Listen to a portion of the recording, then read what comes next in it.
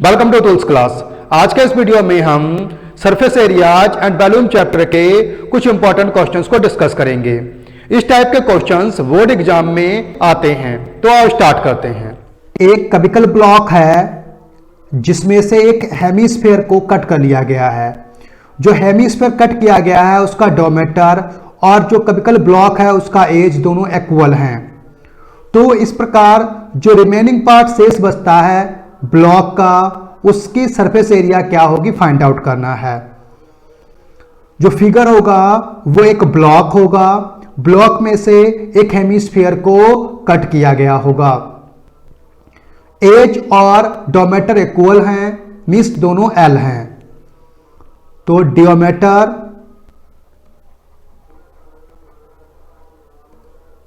Of hemisphere equal L, radii of hemisphere equal L upon 2।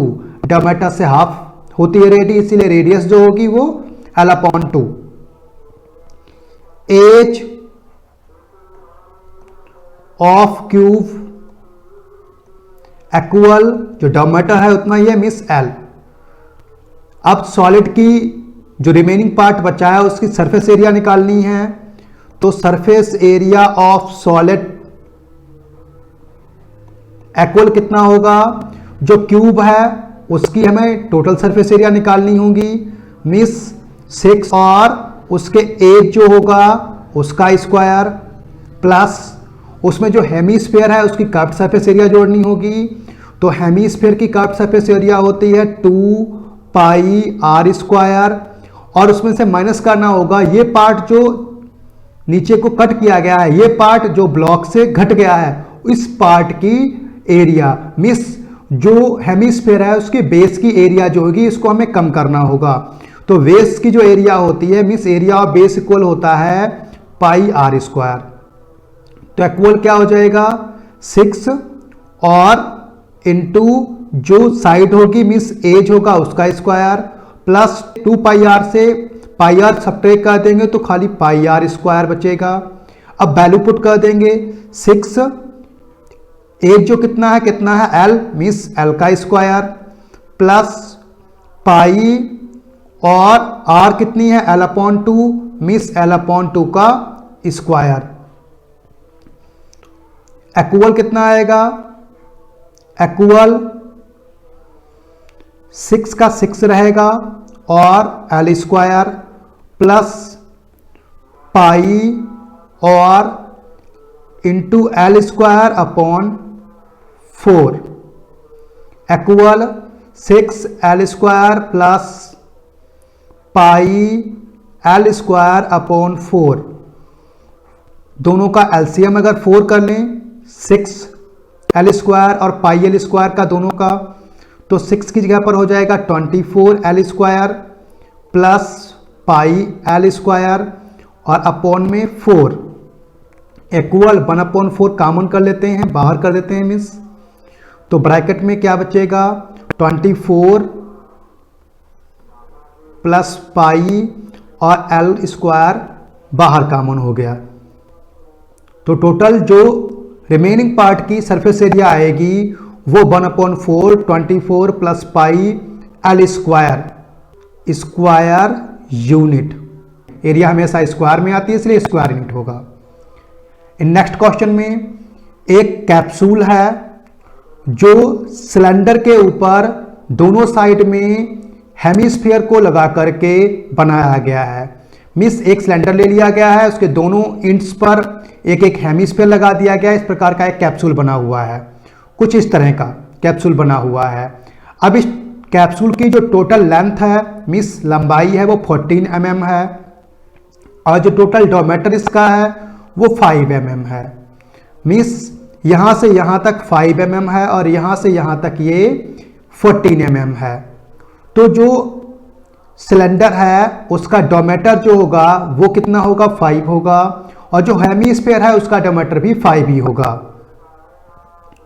तो diameter of cylindrical part equal 5, तो ready of cylindrical part equal 5/2। Ready of hemispherical part equal 5/2, क्योंकि दोनों के same diameter है तो same radius होगी। हमें find out क्या करना है, सरफेस एरिया। तो surface area of capsule equal कितनी होगी, अब सरफेस एरिया कितनी होगी, curved surface area of cylindrical part plus 2 hemisphere है तो 2 into curved surface area of hemisphere, H बना दे रहा हूं हेमिस्फीयर की जगह पर, तो इक्वल। अब curved surface area of cylinder की क्या होती है, 2 पाई आर एच प्लस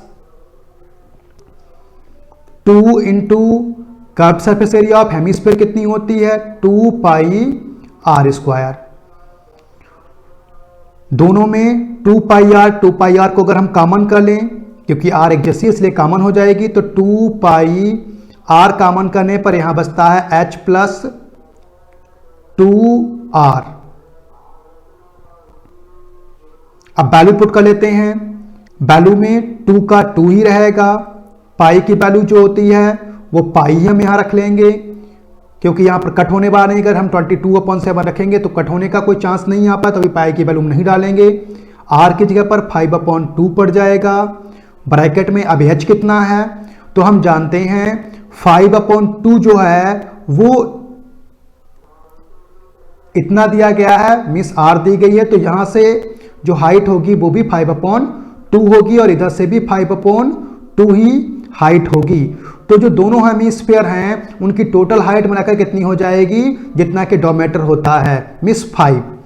तो जितनी दोनों हेमिस्फीयर की हाइट होगी, अगर टोटल में से वो घटा दें तो क्या बचेगा, जो सिलेंड्रिकल पार्ट है उसकी टोटल हाइट निकलेगी। तो सिलेंड्रिकल पार्ट की हाइट कितनी है, 9 है, तो 9 प्लस 2 इंटू 5/2, 2 से 2 को कैंसिल कर देंगे और यहां भी 2 से 2 को कैंसिल कर देंगे, तो जो इक्वल आएगा, इक्वल 5 पाई और ब्रैकेट से जो आएगा तो 5 और 9 14 मीन्स 14, इक्वल 5 और 14 का मल्टीप्लाई 70 पाई, और अब पाई की वैल्यू डाल लेंगे तो 70 इंटू पाई की वैल्यू 22/7 होती है, तो 7 से 70 को कट कर देंगे 10 जा, तो 220 स्क्वायर mm, तो 220 स्क्वायर mm जो होगी वो इस कैप्सूल की सरफेस एरिया होगी। नेक्स्ट क्वेश्चन में एक टेंट लगा हुआ है जिसका शेप सिलेंड्रिकल के ऊपर एक कॉनिकल टॉप बनाकर किया गया है, मींस नीचे सिलेंड्रिकल पार्ट है और ऊपर एक कोन की तरह पार्ट है। जो हाइट और डायमीटर है सिलेंड्रिकल पार्ट का, हाइट कितनी है 2.1 है और जो डायमीटर है वो कितना है 4 मीटर है। जो टॉप बनाया गया है कॉनिकल, वहां पर जो स्लैंटिंग हाइट है मींस तिरछी वाली जो हाइट है वो 2.8 मीटर है। तो हमें फाइंड आउट करना है कि आखिर इसमें कितना कैनवास, कैनवास मींस कपड़ा लगेगा, कपड़ा मींस टोटल सरफेस एरिया कितनी होगी। और इसके अलावा अगर कैनवास का एरिया फाइंड हो जाता है तो हमें उसकी कास्ट भी निकालनी होगी 1 मीटर की 500 के हिसाब से, मींस 500 पर मीटर के हिसाब से टोटल कितनी कास्ट आएगी बतानी होगी। फिगर कुछ इस तरह से बनेगा, नीचे एक सिलेंड्रिकल पार्ट है और उसके ऊपर कॉनिकल पार्ट है। कॉनिकल पार्ट की जो एल है, एल मींस स्लैंटिंग हाइट जो है वो भी दी गई है, और जो हमारा सिलेंड्रिकल पार्ट है उसकी हाइट मींस एच भी दी गई है। डायमीटर का हाफ रेडी होता है, इट मींस यहां से यहां तक का पार्ट जो रेडियस का लाएगा वो भी दिया गया है। सिलेंड्रिकल का जो होगा वही हमारे कॉनिकल पार्ट का भी होगा, तो दोनों की जो रेडियस होगी वो कितनी होगी 2 मीटर होगी। तो रेडियस आर इक्वल कितनी दी गई है हमारी 2 मीटर, क्योंकि 4 की हाफ हो जाएगी, डायमीटर 4 है इसलिए हाफ लिख लेंगे 2 मीटर। जो हाइट ऑफ सिलेंड्रिकल पार्ट की जो हाइट है वो कितनी है 2.1 मीटर। एल का मतलब जो हमारा कॉनिकल पार्ट है उसकी जो स्लैंटिंग हाइट है वो कितनी है 2.8 मीटर। अब टोटल सरफेस एरिया क्या होगी, सरफेस एरिया ऑफ टेंट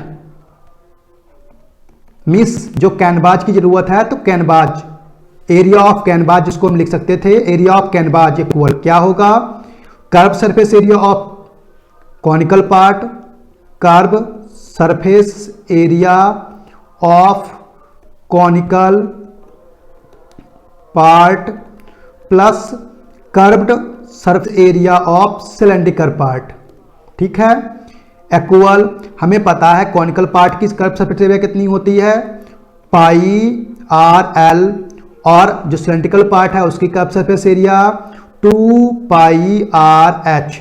दोनों में कॉमन कर लेंगे क्योंकि दोनों की आर सेम है इसलिए कॉमन कर लेंगे, तो पाई और आर दोनों में कॉमन हो जाएगा, तो एल प्लस 2h शेष रहेगा। वैल्यू पुट कर लेंगे,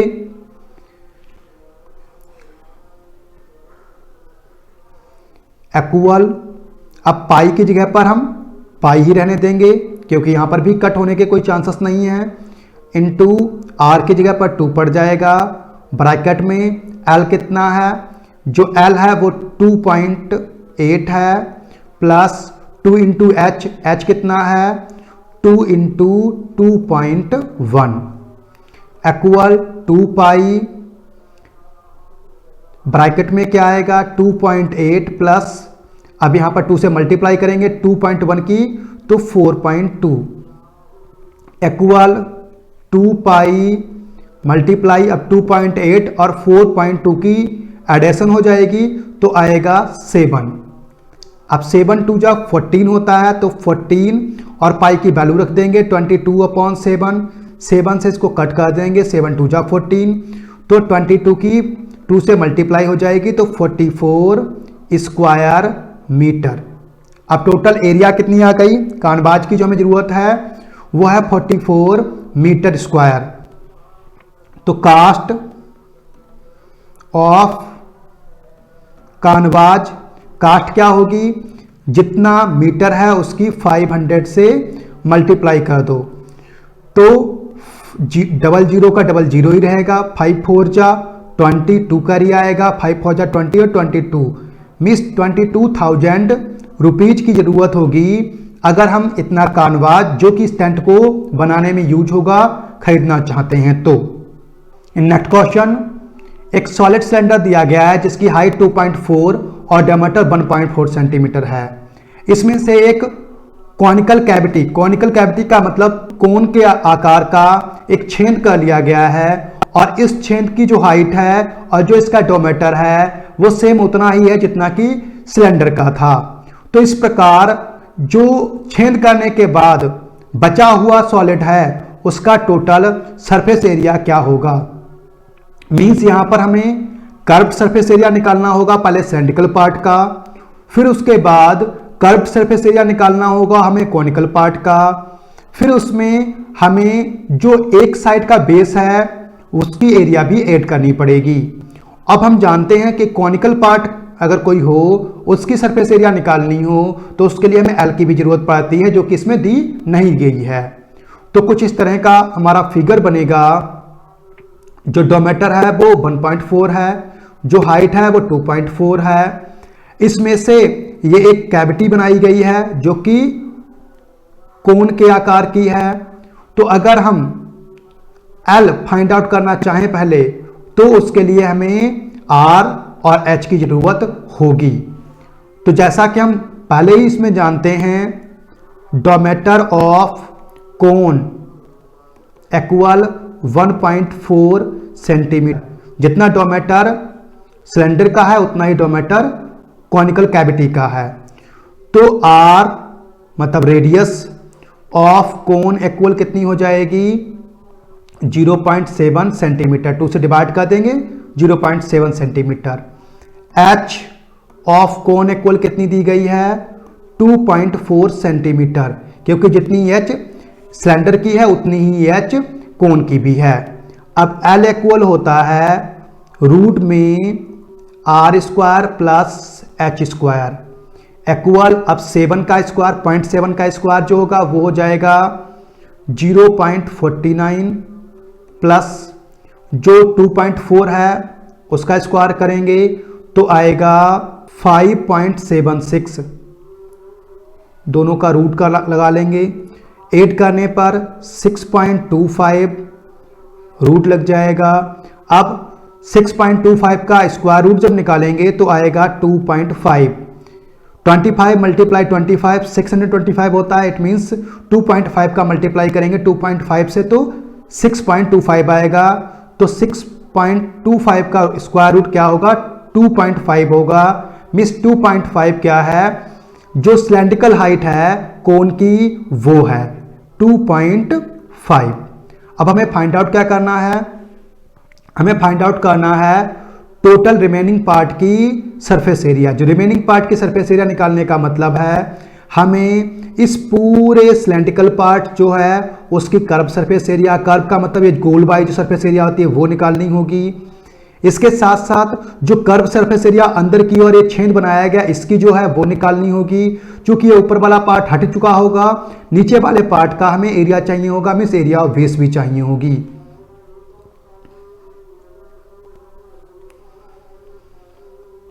surface area of solid equal curved surface area of cylinder plus curve surface area of cone plus area of base equal जो सिलेंडर की कर्व सरफेस एरिया होती है तो 2πr(h) प्लस जो कोन की कर्व सरफेस एरिया होती है वो होती है πr(l) प्लस जो बेस की होती है वो होती है πr²। सभी की r सेम है तो कॉमन कर लेंगे पाई और r को, तो 2h बचेगा पहले में प्लस l दूसरे में प्लस r तीसरे में इक्वल हमें पहले से पता है 22/7 पाई की वैल्यू होती है इंटू r की वैल्यू 0.7 है।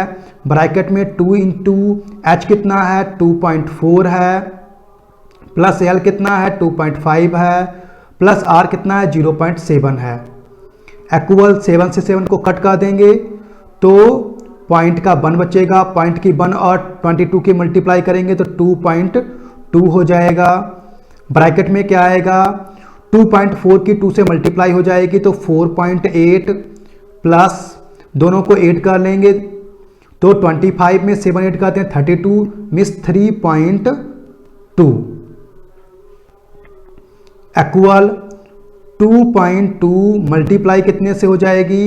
अब 8 और 2 10 होता है। 10 की 1 कैरी को हम 3 में 8 करेंगे तो 4 और 4 8 तो इट मीन्स 8.0 आएगा। तो पॉइंट के बाद 0 नहीं लिखते 8 इक्वल 8 से हम मल्टीप्लाई कर देंगे तो 8 2 जा 16 1 कैरी आएगा 8 2 जा 16 1 17 मीन्स 17.6 क्या होगा सेंटीमीटर स्क्वायर जो होगी वो इसकी एरिया होगी। चूंकि यहां पर कह रहा है कि सॉलिड की सेंटीमीटर में लिखिए मतलब पूरे पूर्णांक में लिखिए, तो अगर हम पूरे नंबर में लिखना चाहेंगे तो 18 सेंटीमीटर स्क्वायर इसकी टोटल सरफेस एरिया होगी। नेक्स्ट क्वेश्चन में एक सॉलिड सिलेंडर टाइप का एक वुड आर्टिकल है। उस आर्टिकल के दोनों सिरों से ऊपर और नीचे दोनों सिरों से हेमिस्फेयर्स को कट कर लिया गया है। मिस कुछ इस तरह से ऊपर से भी एक हेमिस्फेयर कट कर लिया गया है, निचले सिरे से भी एक हेमिस्फेयर कट कर लिया है। जो हाइट है सिलेंड्रिकल पार्ट की, मिस जो सिलेंडर है उसकी पूरी हाइट कितनी है 10 सेंटीमीटर है और जो इसकी रेडियस है वो कितनी है, रेडियस 3.5 सेंटीमीटर दी गई है। मिस रेडियस इक्वल 3.5 या इसी को हम 7/2 सेंटीमीटर लिख सकते हैं। हाइट इक्वल h इक्वल कितनी है 10 सेंटीमीटर। हमें total surface area find out करनी है। Total surface area of article equal कितनी होगी? Total surface area of article निकालने के लिए हमें curved surface area of cylinder plus 2 गुना लिखना होगा 2 into surface area of hemisphere equal, अब जो सिलेंडर है उसकी कर्व्ड सरफेस एरिया कितनी होती है 2πr(h) प्लस 2 इंटू जो हेमिस्फेयर है उसकी सरफेस एरिया कितनी होती है 2πr²। दोनों की आर सेम है तो हम कॉमन कर लेंगे, तो 2 पाई आर कॉमन करते हैं तो यहां बचता है पहले में h प्लस दूसरे में 2r इक्वल 2 की जगह पर 2 रहने देंगे, इंटू पाई की जगह पर 22/7 पुट करेंगे, इंटू आर की जगह पर 7/2 पुट करेंगे, ब्रैकेट में h की जगह पर 10 प्लस 2 इंटू आर की जगह पर 7/2 हो जाएगा। 2 कट हो जाएगा, 7 से 7 कट हो जाएगा, 2 से 2 कट हो जाएगा, तो इक्वल 22 बचेगा, मल्टीप्लाई इसका हो जाएगा 10 और 7 यहाँ पर 17 से, इक्वल 17 2 जा 34 तो 4 आएगा, 3 कैरी, 17 2 जा 34 में 3 ऐड करेंगे 37, 374 सेंटीमीटर स्क्वायर क्या होगी टोटल सरफेस एरिया होगी इस दिए गए फिगर। नमस्कार, मैं हूं अतुल गुप्ता। यदि वीडियो पसंद आया हो तो वीडियो को लाइक और शेयर जरूर करें और अधिक वीडियो देखने के लिए चैनल को सब्सक्राइब कर लें और बेल आइकन को भी प्रेस कर लें ताकि आने वाले वीडियो की नोटिफिकेशन आपको मिलती रहे।